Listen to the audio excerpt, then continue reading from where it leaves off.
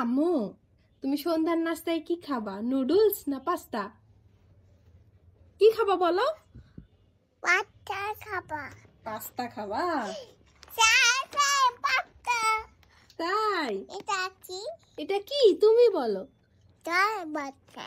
Pasta.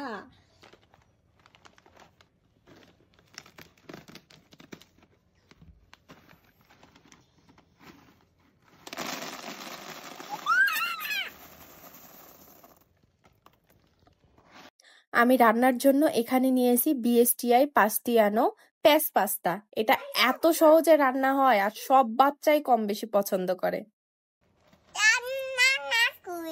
চলো, এত পরিমাণে পাস্তা লাভার সে নিজেই রান্না করতে শুরু করে দিয়েছে।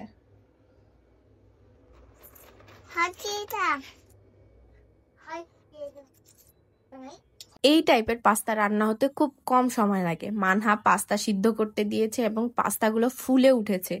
এখন আমি পরিবেশন করে নিব।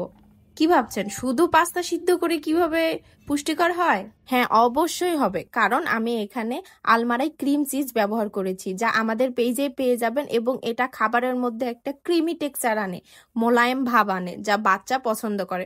আমি তো মাঝে মাঝে এভাবেই দিয়ে দেই। এখানে আমি এক্সট্রা করে কোনো লবণ ব্যবহার করিনি, কারণ আলমারাই ক্রিম চিজ একটু নোনতা টাইপের হয়। উপর দিয়ে আমি মিষ্টি কুমড়া বীজের গুঁড়া এবং কাঠবাদাম গুঁড়া ছিটিয়ে দিলাম। এই তো রেডি হয়ে গেল। আর দেখুন খাবারটা কতটা ক্রিমি এবং ইয়ামি হয়েছে। আমি কোনো ধরনের এক্সট্রা মশলা ব্যবহার করি না। আমি ছোট থেকেই আমার মেয়েকে এক জায়গায় বসিয়ে খাওয়ানোর অভ্যাস করিয়েছি। মাশাআল্লাহ, মজা হয়েছে? বলো থ্যাংক ইউ। আম্মুকে থ্যাংক ইউ বলো। ওয়েলকাম সোনা পাখি।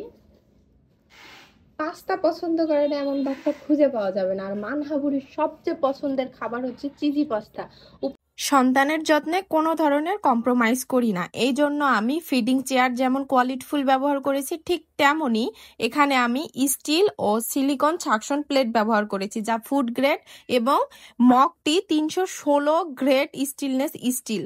আমাদের পেজে ইম্পোর্ট খাবারের পাশাপাশি কিন্তু প্রতিটা প্রোডাক্ট প্রিমিয়াম কোয়ালিটির ইম্পোর্ট করা। ধন্যবাদ।